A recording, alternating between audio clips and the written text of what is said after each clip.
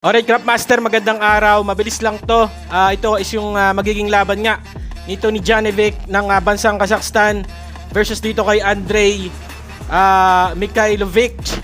And ito is magaganap na nga this coming Friday, bukas na, no? So, itong si Andrei is a brawler. Pero ipaliwanag natin is yung galawan ni Janovic, ano?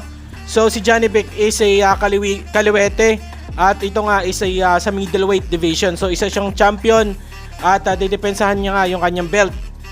And as far as I know, unification din to. So maaaring may paglalabanan pa sila maliban sa IBF na title belt. So Janovic Kaliwete. Okay, so si Janovic is more likely a boxer and a counter puncher. Okay, pero itong Janovic na counter puncher and a boxer is mas gusto niya siyang sumusugod, pero hindi siya straight ahead sumusugod sa kanyang kalaban.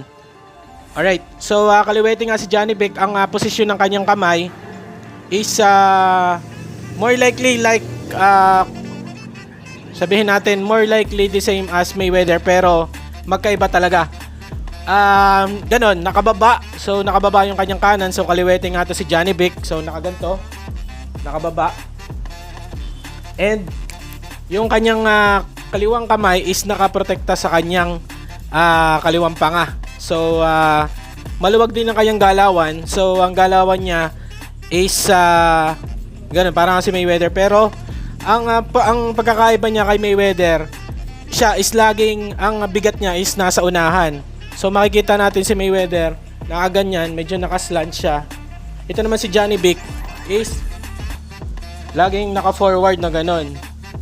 So ganon siya, naka-forward. Yung kanyang bigat is nasa unahan. So ganyan siya.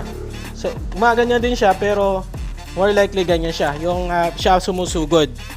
And si Janovic is hindi siya masyadong magtapo ng combination. So ang combination niya lang is jab straight or jab hook or jab patama sa katawan. So simple lang, tatlong combination, marami na sa kanya yon. And pag siya is sumusugod, ang galawan niya naglalateral din siya. So para namang Manny Pacquiao, naglalateral movement din siya. So yun, pag ginagano lang siya, left, right, ganyan. And this is a counter puncher, no? So pag sumuntok yung kalaban, paborito niya is kaliwa. It could be uppercut pag sumugod yung kalaban, or left hook na yung hook niya. So kaliwete nga to. Sa depensa naman, si Janovic is hindi siya ganun, hindi ko siya minamahusay sa depensa. Okay, so pag sinuntok siya, nag-shoulder roll din siya. Ganyan. And ito nagko-cover up din, no? Nagko-cover up din siya. Hindi siya ganoon kaganda ng depensa, kasi nabe-break ng kalaban yan, kasi ang gusto niya is mag-counter punch siya.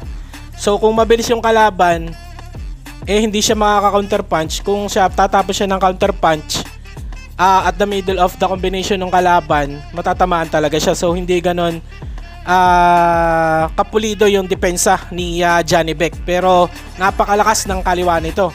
So ang depensa niya ganto, or sinasalag niya yung suntok na kalaban, or naka-cover up siyang ganto. And kung ano siya, malakas pa siya, mabilis pa siya, so early rounds, yan, naiwas siya. So naatras lang siya, naatras. Pero pag siya dumedepensa, bihira siyang pumunta sa kanan, ganyan. Okay, more likely ang depensa niya dito, nayuko lang siya, or nakasalag lang lagi ito, or nakaganyan lang. So lagi nakaprotekta yung kanyang kanan sa katawan niya, hindi nabitaw yan, nakaganyan lagi yan. Okay, and pag siya umaatake nga, so paborito nga niya umatake, nagamit siya ng jabs, no? Jab, tinetestingan niya. And siya pine-pressure niya yung kalaban. And pag na-pressure na yung kalaban, doon umaatake yung kalaban. sumusugod at yun, dahil nga counter puncher, laging naka-ready yung uppercut niya. Napaka-sharp ng uppercut and napakalakas talaga ng suntok nitong taong itong si Johnny Vic. So yun lang naman, Craft Master. Ang ating pinag-usapan dito ay si Johnny Vic dahil may bukas na nga laban nila. And dito tayo kay Johnny Vic, no? And yan, maraming salamat sa inyo. And again, good luck kay Alas. Malapit na rin October 13. So yun lang, Craft Master. At tingnan natin bukas, no? Kasi ito si Johnny Vic ang makakalaban na si Andre, a brawler. And talagang laban din tong kataong to. So si Andre nga is pag siya ang nadepensa, medyo mahina. So tingnan natin ang response niya.